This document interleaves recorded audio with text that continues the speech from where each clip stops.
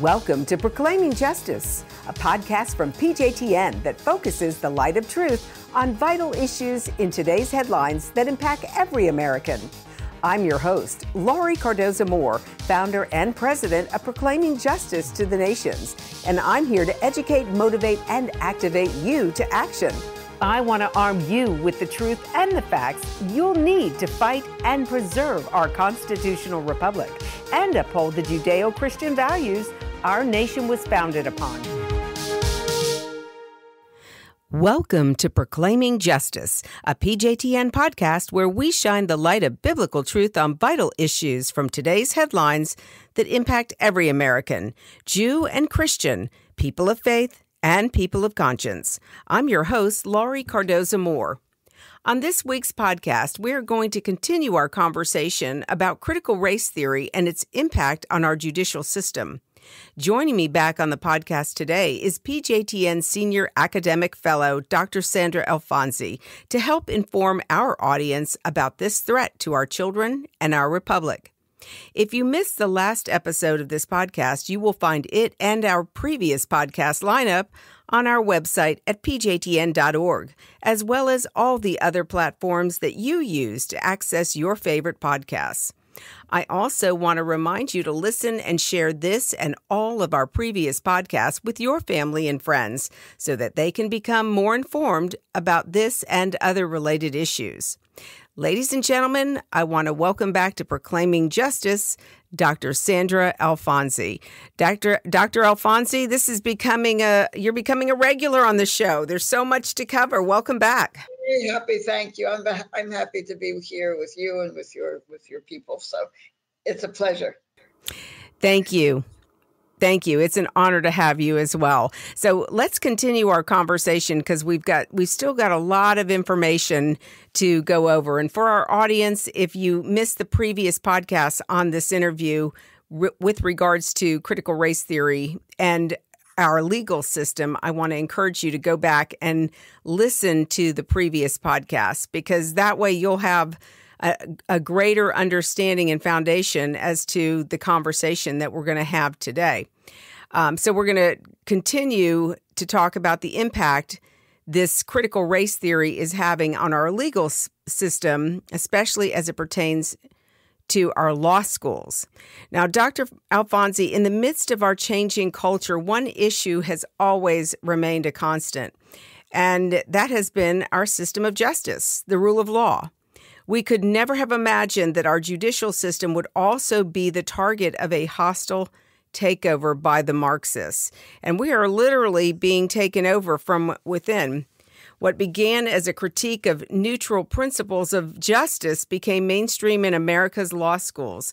And our legal system in America, as the author of this article stated, and this author is Aaron Sabarium, and he had stated this country, our system of government in America, quote, is at risk of becoming a totalitarian nightmare. As we just discussed in the previous episodes, law professors are increasingly fearful and self-censor their thoughts and even facial expressions for fear that it will be disseminated on the internet around the globe. This is crazy. In fact, Harvard law professor Randall Kennedy believed that the threat of law schools becoming illiberal or shutting down unpopular voices or views was overblown. But he recently stated, "I've changed my mind," stating that he thinks there really is a big problem. Dr. Alfonsi, is the problem as big as the Aaron Sabarium has written in this article? I think it's even larger than that, Laurie, because every day when I look at what is being done and what is being said, there seems to be another incursion against the rule of law. Now, if the order, which it's not an if to question, it came out from President Biden, and it came out that the protesters are allowed to go or are asked to go to the doorsteps of the homes of the Supreme Court justices in order to contradict and to attack the fact that the Roe versus Wade may be overturned and that this was leaked. This is first of all their home addresses They are now have, as far as I'm concerned, they have been branded. They know where to be found, and the rule of law is supposed to protect. And instead of protecting, the rule of law has been eliminated. And I think what the president did, I forget the word unconscionable. I think that's just a very polite word. I cannot believe that he did this, and I don't think he ever does anything just on his own, and that this is a continuation of bullying. It's a continuation of intimidation, and it is what it means that is what is being taught in law school. Because if you think of it this way, that the president of the United States can tell protesters to go stand at the side of the homes of the Supreme Court justices, it means that all of the legal protection of our law and of the rule of law no longer exists, and that's coming out of the law schools. The fact is that they are telling them, they are teaching that they no longer have to defend whoever it is. It used to be you were entitled to defense until proven guilty, and then if you were proven guilty, the system worked. Now there's no system, but you have a system which is actually spying, which is actually going out and revealing and putting into danger. If these people know where all of the Supreme Court justices live, and if they know that there is no punishment, if there is no punishment for going out and threatening them, then the problem we have with the rule of law is enormous. Yes. Well, it's interesting because this article that Aaron wrote about the takeover of America's legal system was written on March 21st. And here we are. It's May 9th. And the very things he was warning us about in his article are coming true. That, the people now are going against the Constitution, against the law, in attacking these judges, trying to intimidate them, which is illegal. And they're trying to intimidate them, to silence them, to control the outcome of Roe versus Wade. To me, there's another interesting aspect, which is a conversation for another day, but it bears stating today as we talk about this issue and what's happening at the U.S. Supreme Court with regards to the overturn of Roe versus Wade. And that's that this issue about abortion is now going back to a state sovereignty issue.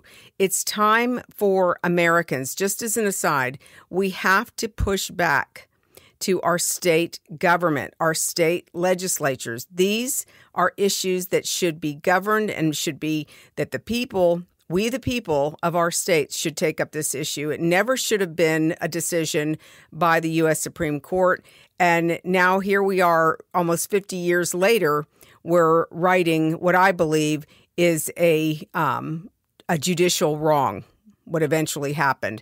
But we're absolutely seeing the chaos, just like what we saw with Antifa, just like we saw with the Black Lives Matter movement. The chaos is erupting, and they're using this as the platform to ignite it. Your thoughts? Well, also, I want to add to what you said on that point. None of this would be going on, because it didn't go on when it came to January the 6th. There was. It's the opposite. It was their own rule of law being enforced and imprisoning and trying to imprison those who were expressing their dismay on January the 6th. Mm-hmm. I find that, first of all, Roe versus Wade, I came up at the era of the coat hanger abortions. Mm-hmm. And there were too many vested interests and too many states that could not see that there had to be a form of safe but legal abortions, not abortions used for birth control. And everything has gone to the woman's right, and the body is her right. However, if we go back to history, and this is what the critical race theory, this is what Black Lives Matter, they do not want to go back to actual physical history and what went on, because that is why the critical race theory, why they have said that people of color, their opinion is based on their sensitivities and what they've experienced. The fact that nobody experienced the civil rights movement or the slavery, it doesn't matter to them. They don't want to go back to history. But all of these people with these activists and sending them to go in front of the Supreme Court, to the homes of the justices, and all of this saying everything, the women's right to the body, that's fine, but they do need to go back and make sure that if Roe versus Wade is overturned, and if the abortion issue becomes states' rights, there has to be something when we look at the history to figure out how we are not going to go back to the coat hanger, because we had all of the murders. We had the parents. The organization that would do the abortions. They had clinics blown up. They had doctors killed, and this was the expression of being not being pro-choice but pro-life. Something has to be done now, because we are looking at an era. We are looking at an era, and we are looking at critical race theory, which says that according to the law, nothing that was ever enacted by the Supreme Court or by the United States following the Constitution, nothing in effect actually benefited the people of color. It was all done as white privilege and white supremacy, and I do not know how they are not going to go back to what was the code number, and that was a major Black issue. Yeah, well, they were putting these abortion clinics in the heart of the Black community, and it goes back to Margaret Sanger. I mean, this is a conversation really for another day, but suffice it to say is I've been involved in the pro-life issue for a long time, only because I saw the disinformation in the whole pro-life messaging, or the pro-abortion, I should say, messaging, that these women were being denied, that we go back to the back alley abortions that were going on. And the very thing that we see happening today with the issue of education and critical race theory being adopted, and how we saw Antifa and the Black Lives Matter groups destroying public property, taking control over the narrative. The same thing happened. They said that the people that were creating and blowing up these abortion clinics and these other incidents that are occurring, I'm not saying that there wasn't people who were pro-life that were involved, but we also have to remember that this is the strategy of the left, is to create the chaos and then blame it on your enemy. And the very thing that they accused the enemy of was exactly what they were doing. So, it's important that we look at it in that context.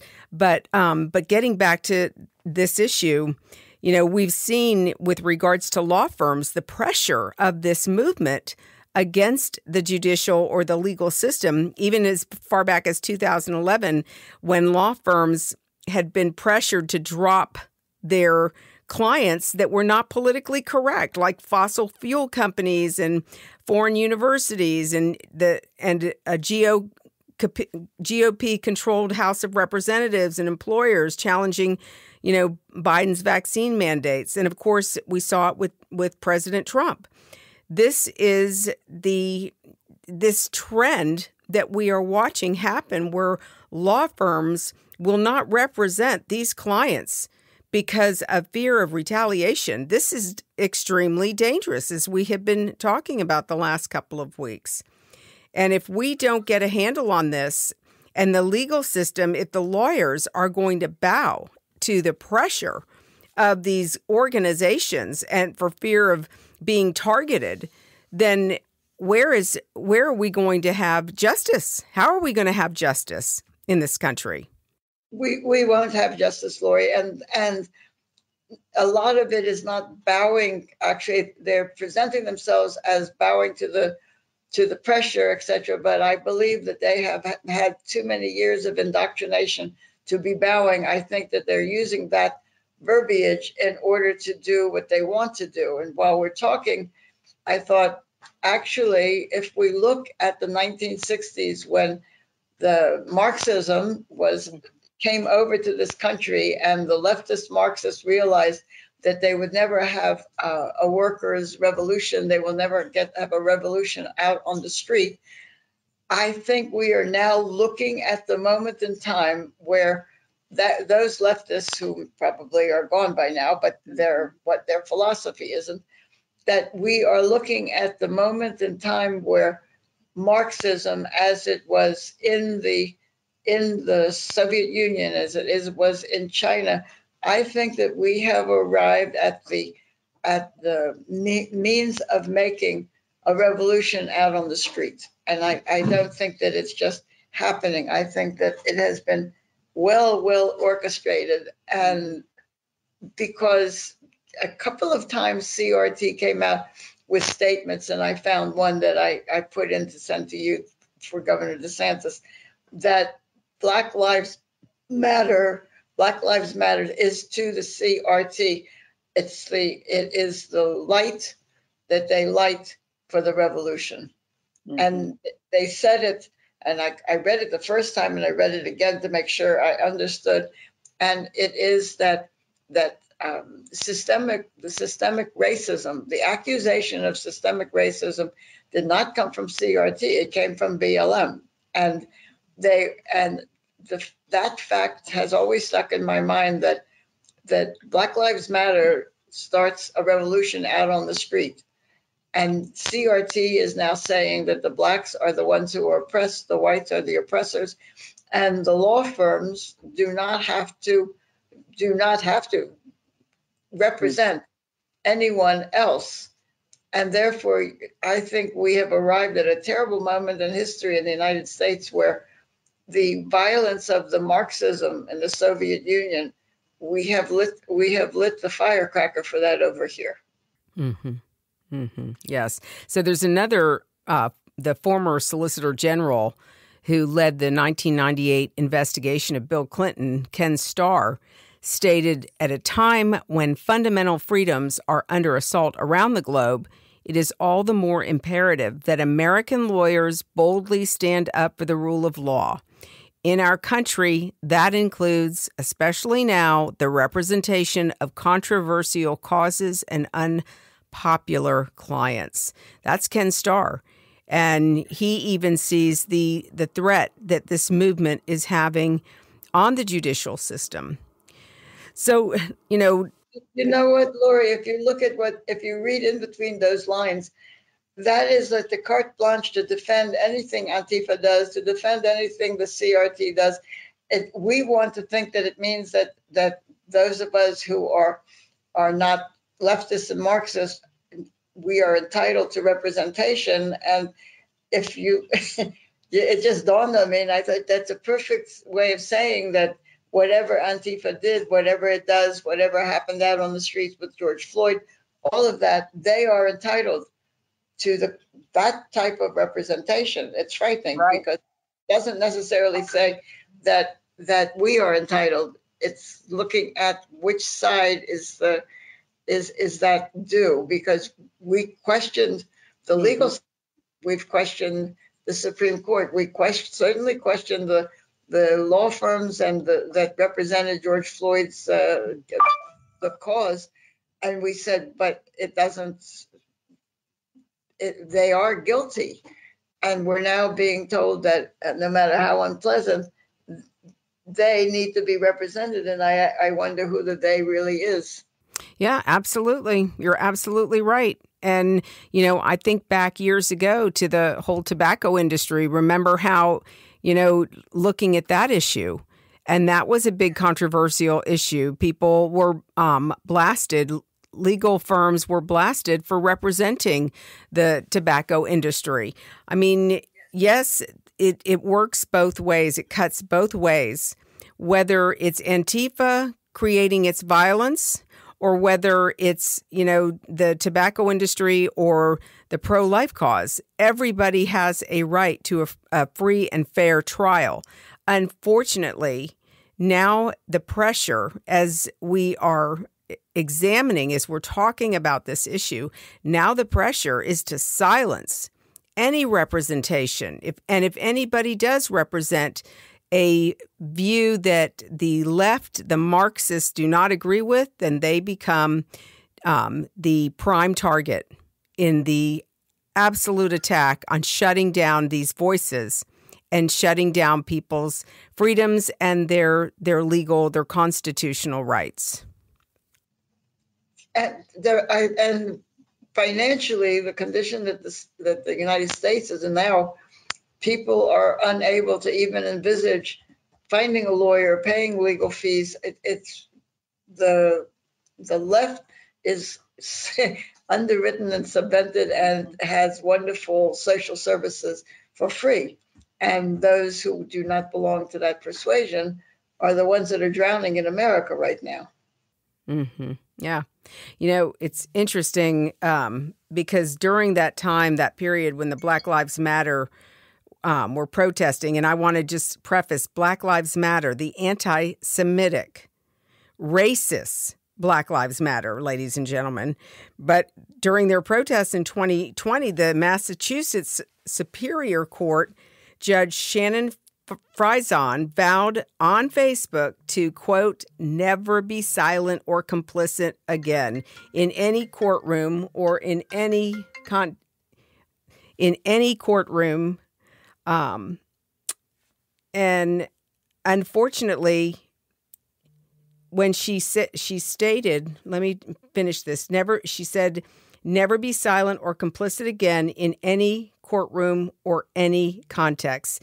And as the very keepers of justice, she said judges, quote, not only stand with the protesters, we fall with them. This is outrageous that this happened in the Massachusetts Superior Court system. This is a judge who is calling for this. And it's extremely dangerous. The Washington State Supreme Court put out a statement also recognizing, quote, the role we have played in devaluing Black lives and encouraged judges to strike down even the most venerable precedent if it is incorrect and harmful. So here we are outside of the courtroom where judges are telling their colleagues and others in executing, who are supposed to execute justice, that there should be there's a different perspective on how we handle the Black Lives Matter issue. When we are not in a country, unfortunately, like, what Obama said, that we are systemic racists. We do not have a systemic racism problem in the United States of America. And I have said in the past that problem came when Barack Obama was elected. He brought in a message of hate and division. When he went on his apology tour, he didn't go to Israel. He didn't go to a Western ally. He went to Egypt, and he spoke and apologized for everything that America had done. And if we remember correctly, America, this all goes back to 9/11. We were attacked. We did not provoke the attack. We were attacked. So this is a dangerous and slippery slope that we are headed. And it's up to we the people. This is an election year, Dr. Alfonsi. This is an important election year, just as the last one in 2020 was. And it's critically important that we make sure, even on the local level, our judges that we are electing to represent us are going to be strict and are going to uphold the Constitution and the rule of law in our communities, in our states. And of course, God willing, the Supreme Court is not going to fall to this pressure. Agree. Dr. Alfonsi, are there any other thoughts or comments you want to share with our audience as we bring this interview to a close? I think it's really important that, that our audience be informed and educated about this issue, be aware of this issue because of the threat that it poses to us. I think truthfully that we have led it sounds like a strange word, such a sheltered life in the States where we were secure in the knowledge of how great we were. We were secure in the knowledge of how we were following the Judeo-Christian tradition, that we were considered the policemen of the world. Mm-hmm. I don't think that we know how to fight anymore. I'm not talking about armies. As Americans, I do not think that those that have gone out into the street and have gone out to demonstrate in front of the Supreme Court homes, the judges' homes, those are not the Americans that we need to call upon that come into the streets and become vocal and to go to the different meetings and to defend the country, because we're not doing that. And I think that we were complacent. Rightfully so, because we were a great nation. But if we look at what has happened and we look at the fact that even early in the immigration into America from Europe, the Bolsheviks were coming, the Marxists were coming, and we somehow thought that they, the image of America as the great melting pot, that they would be absorbed into our philosophy because we were very short on understanding who they were and what they are, and that Marxism will never bow to a constitutional republic, let alone do anything that's, envisaged as a democracy. And their seeds are planted. And I think now that those academics, those intellectual Marxists that came over realizing that if they wanted to bring Marxism to this country, it had to be in a quote unquote American-looking type of a program, but they now have gotten to the point where what they said couldn't happen, which is the revolution. It's not been a lot of time since the 1960s, but we now have a government calling on people to go in front of the Supreme Court justices' homes, and basically you're free to riot and do what you have to do. And I think that social revolution that they believed would not happen in this country, they have prepared the ground for it. And I think we must be very careful, and be ready to defend the country, because I think that's where we are now. When the legal system is gone as it is, and the law firms and the law schools and the departments and the universities, and as I was writing today, it isn't trickle down. I want everyone to understand. I want your people to understand. This is not a trickle down. This was planted in K through 12 at least 20 years ago, 15 years ago, and it has grown upwards. And that makes it extremely, extremely dangerous, because the roots are very strong, Laurie. That's why I keep saying it's not a trickle-down movement. It's not trickle. So that's what I would like people to understand, that we are going to be called upon to do really strong things. And I'm not talking about take a gun and shoot someone. I'm talking about stand up and defend the Constitution upon which this country lives. And I think that's critical.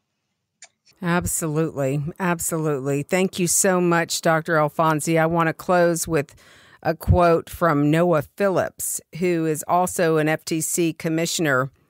And he said, quote, "We should strive to meet the promise that is literally chiseled into the stone of the Department of Justice and courthouses across the country. That is, the law should be applied equally. Deliberately attempting to apply the law in an unequal fashion based on the preferences of those in power is inimical to the rule of law." And again, ladies and gentlemen, this is an election year. There are many of you that are listening to this broadcast who are going to be voting for district judges And we need to make sure that the people that we put over us who are going to be deciding and judging what is going on in our communities, in our state, in our country. We have to make sure that these people are going to uphold the rule of law, that they're going to uphold the Constitution of the United States of America. And I want to thank you all so much for joining us. I want to thank Dr. Alfonsi again for being with us. And ladies and gentlemen, I want to encourage you to go to our website to learn more about how to take back local control of your children's education, because ultimately it starts with you. All of these issues, like even these judicial issues, what happens in our community affects us. And if you are interested in hosting a summit in your community to help educate, motivate, and activate your county to flip your school board, now is the time to do it. This is an election year, as I've stated over and over, and now is the time to act. I hope you enjoyed this program. I hope you found it informative. We're going to post this podcast on our website and all of our podcast platforms so that you can share with your family and friends. As PJTN Watchmen, we have a biblical mandate to stand against the ungodly rising Marxist threat that is destroying this nation and threatening our Judeo-Christian values. We cannot remain silent. God warned the prophet Ezekiel about the responsibility of the watchman, that the watchman, if he sees the enemy advancing and he fails to warn the inhabitants of the city, then if any innocent blood is shed, it's going to be required of that watchman. But if the watchman does warn the inhabitants and the inhabitants refuse to heed the warning and their blood is shed, it will be required of them. You, as a watchman, can sound the alarm. You can warn others by simply sharing this podcast with your family and friends. Please share and like this podcast to help sound the alarm in your county. I want to just close with the comments by Dietrich Bonhoeffer, when he said, "Silence in the face of evil is itself evil. God will not hold us guiltless. Not to speak is to speak. Not to act is to act."